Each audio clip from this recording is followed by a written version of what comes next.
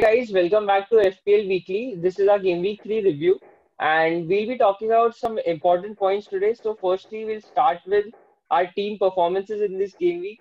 Then, we'll talk about the top player performances, and then we'll go to some hot topics. So, the first hot topic is Son replacement. The second hot topic is should we get in penalty takers in our team? And lastly, we'll end it with under the radar players.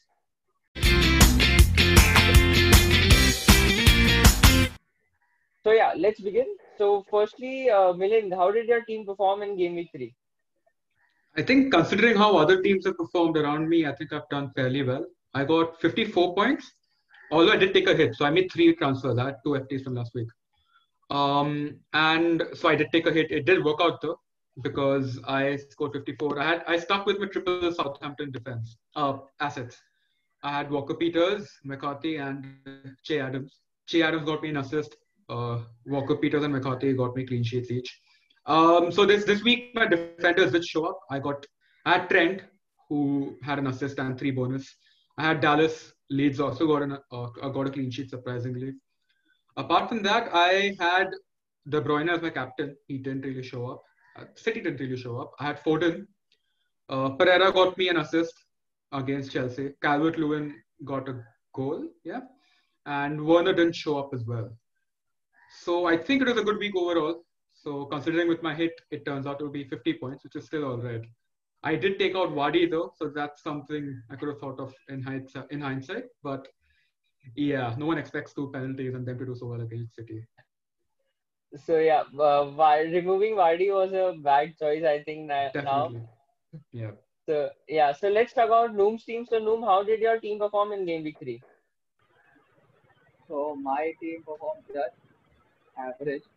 I scored 42 points, and mainly my points came from my defenders. So I had a double up on Liverpool defenders from the start. So I had Trent and Robertson. So Robertson got a goal and some bonus points, and I had Trent. He got an assist.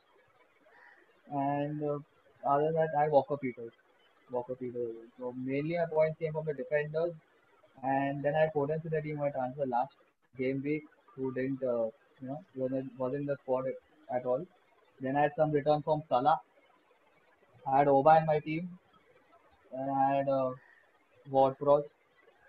And my captain this game week was Werner. So as you all know, he didn't return anything.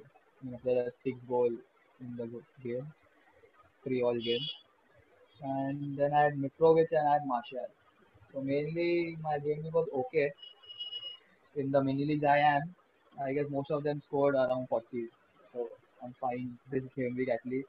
Let's see. Yeah, so talking about my game week, so it was just below average game week for me. I had my wildcard on before this game week, so I had Martinez in my team as a goalkeeper. So he got me 6 points, and other than that, I had Saris. So everyone knows Wolves conceded four against West Ham, and he got 0 points. So no points from the defense from that sense, and Lamptey got an assist against United, so he got me some points from the defense. Other than that, I had KDB and Sterling double up. So City didn't turn up against Leicester. They like conceded 5 goals. Pep has conceded 5 goals. I think this is his first time he has conceded 5 goals against any team. So yeah, pretty weird game week. And I had Salah. Salah got an assist, but I even had Son. So Son was, subbed at halftime due to an injury, so that also didn't go well. And I had Podence in the midfield as well, and he also was not in the squad for Wolves. But surprisingly, I had Bamford on my bench. So he came on for Podence, and I got 8 points from there. And I had Calvert-Lewin as my striker and Mitrovic. So Calvert-Lewin continuing his form, he got a goal as well. So I got 40 points to be precise. So overall a pretty below average game week, but it's okay. Long term, this team will work well. I know. I trust in them. So mostly I'll be just doing a Son replacement this game week. So let's see. Talking about the top performances in this game week. So there were many differences that scored a lot of points, and overall a pretty weird game week. except Vardy and Bruno. Vardy got three goals, hat trick against City. And other than that, Bruno, who was in many teams, many players were like differentials. So talking about them, there was one Bowen, Callum Robinson, Mason Mount, Maris. So all were kind of pretty differentials that scored in this game week. So Milan, what do you think? Like, are these one game wonder, or should we, take one player into consideration and get him in our teams? Right. I think there's quite a few people here who you should be looking at. For instance, if you did stick to Wadi with their tough fixture against City, you would have been paid with the dividends, right? And Bruno, although United didn't have a good game, knowing that he's a penalty taker, he got it and he scored 12 points. Apart from that, Mahrez with his 12 points, he's a good asset to look at because you know you have the Jesus injury, and which means Mahrez has a better chance of starting with Sterling at false nine. So that's something you should look at as well. And apart from that, obviously Robertson is always a great differential because the Liverpool fullback will return you with the points at all times. Yes. Noom, what do you think? Should we, Bowen, Horiane, Callum Robinson, these players, are they a one game wonder or should we get them in our teams? For me, I guess West Ham's Bowen. He's a good performer. Like for the eyes, you watch the game, he's good. I think he's returning that much before, but last game he played quite. West Ham played quite well. So he'll be a very big differential if you take him out. They have some big fixtures coming up. I guess, they're playing Leicester, they're playing City as well. So yeah. But other than that, Mahrez is a very good option. With injuries to Bernardo Silva, Jesus, and Aguero, so I guess we can take Mahrez in because I guess you will get a lot of game time until somebody is back from their these three injuries. And I guess he has last year he performed quite well. He had an average of like around 8 points in like 90 minute game. So 33 appearances he did last season. He had like around 8 points average. So he's good. He's a good player. I guess last game also he got like a lot of shots on goal and lot of you know chances. He tried to create a lot of chances. So he's a good potential asset. You can like have him. And he has a good price also. Yeah, I agree. I think Bowen is a pretty good shout for a differential because he was involved in the as soon as post restart in the last season as well. Bowen was involved in their attacks, and we can see he's always in the box and he got two goals as well. So I think he's a good shout. So, but Yeah, let's but talk about yeah. so just a point about Bowen, he has very tough fixtures for the next few weeks, so that's something you have to keep in mind. Yeah, exactly. Let's deep down into our next topic, that is Son. So Son replacement, if we talk, so Son was subbed at halftime by Mourinho, and we got to know that he has an hamstring injury. So Milan, do you what are the options to replace Son? Do you have anyone in your mind? Yeah. So firstly, I'd like to say I think Son was also super unlucky because Son hit the post twice, and Spurs were generally really good in the first half. So, but anyway, if you have to look at Son replacements, yeah, around the similar price bracket, you always have Bruno Fernandes to look at. He's United's penalty taker. All the memes about United's penalties and how many they get with the new handball rule. That's something you should definitely look at. And apart from that, I would say James Madison could be a really good shout, like someone to look at in the future, maybe the next 2 3 weeks, because he came on against Man City and he was wonderful, and he's had 20 15 minute cameos throughout the 3 games. So the moment he does start full time, he can be a very good option. But in terms of an immediate Son replacement, Bruno is like a very reliable option in terms of being the penalty taker. And then you can probably look at other Man City assets as well. Yeah. Noom, who do you think should replace Son? Do you have anyone in your mind? So like it spoke about Mahrez, I won't spoke much about him, speak more much about him. So I guess you can go for Mahrez from like we're taking a player from City, and I guess he's cheaper than Son as well. And other than that, I guess you can if you want like a Spurs asset, you can go for Lucas Moura since their injuries like their players were out for Spurs as well, and Moura will get a lot of game time. So if you want like a player to replace Son, you can go for these two guys. And yeah, and good option. Penalties last season like I checked, There were first three game weeks there were only 8 penalties, awarded. And this season there are almost like I guess 10 plus, I guess 15 out of 15 calls for penalties and 20 penalties given in first three game weeks itself. So I guess having like a penalty taker in your team will pair you. Yeah, I agree. I think that's why I think Zaha is also a great shout because Zaha is still priced at only 7.2, and he literally plays. He's the main attacker for Crystal Palace, and he plays as a forward, but he's listed as a midfielder in FPL. And he's involved, and he took the penalty as well in their game. So I think he's a good shout. He's a penalty taker, and Crystal Palace have some good fixtures as well. So I think Zaha can be a great option. But personally, with Son in my team, I have Son in my team. I think if I can, get a playing 11 by keeping Son in my bench for another game week, and then there's the international break.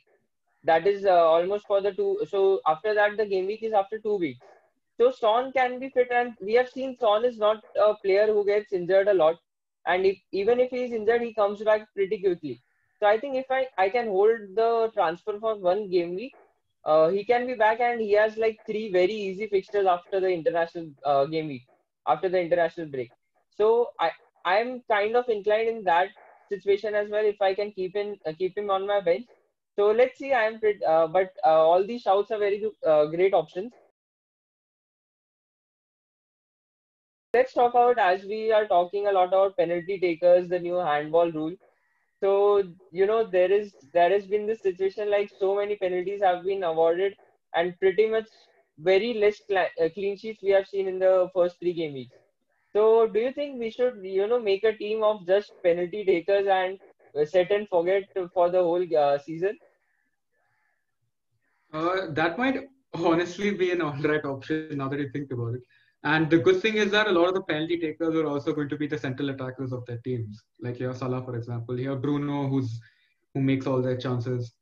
For City, you have I don't even know who the main taker is. It might be KDB right now. So he's also someone you ideally should have in your team.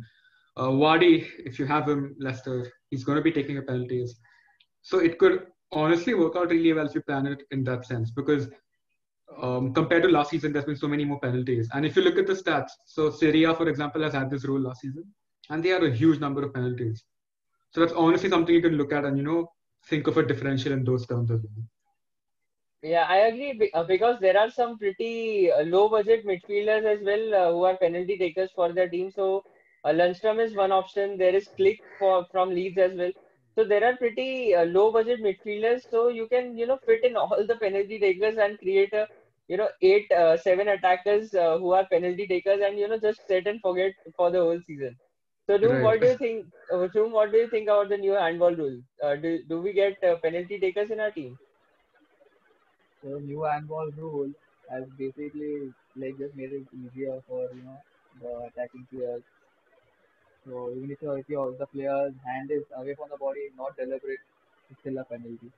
So, but yeah, it looks bad if you're first played and they concede a penalty at the end, and even for these guys, Brighton. So and we have spoken about the players who not only take penalty but who take set pieces in their team, and that could be of value. So I guess yeah, if you have players who take set pieces and want penalties, it's always like a bonus. Even if they don't perform well and the team gets a penalty, they get a chance to like just score from 12 yards. Yeah, like we have a 5% chance of scoring the goal. So yeah, so it's a very good option if you're going for that. You can have like some players who are good, like Fleet. I like Fleet from Leeds. He's a good player, and yeah, you can have like these options in your team. Yes, exactly. So let's talk about our last topic. So the last topic is under the radar players. So kind of some differentials who have been playing well but are still in less than 5% of the teams. So I have one player in mind. So that is Townsend from Crystal Palace.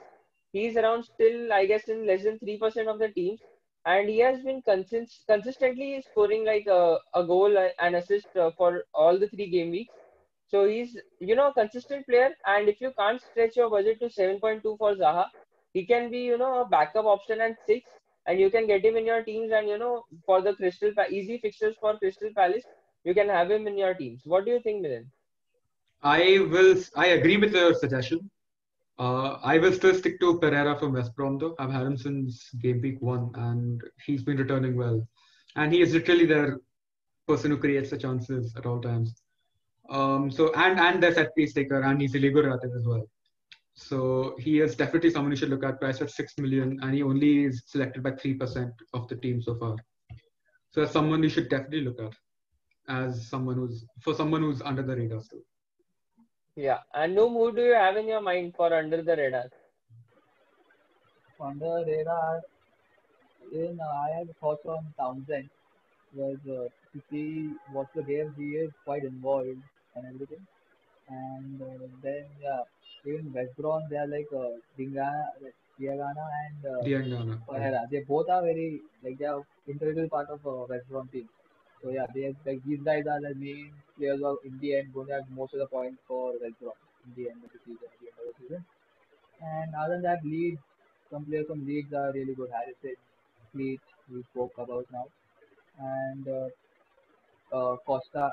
These guys are pretty good, and they cost way less as well. So yeah, Yeah, I guess I have another player in my mind, that is Trossard from Brighton. So he has been performing quite well against United. He hit the woodwork like 3 times. So he has been unlucky, but now their fixtures are improving, and I think he can, get you a lot of points. And he is also priced at 6, and he's less than in 2% of the team. So if you can, get him in your teams, he can be a great shout as well. Right. So yeah, that's about it. Let's end our show here, and we'll be coming with our Game Week 4 preview soon. So stay tuned and do like, share, and subscribe, and stay connected.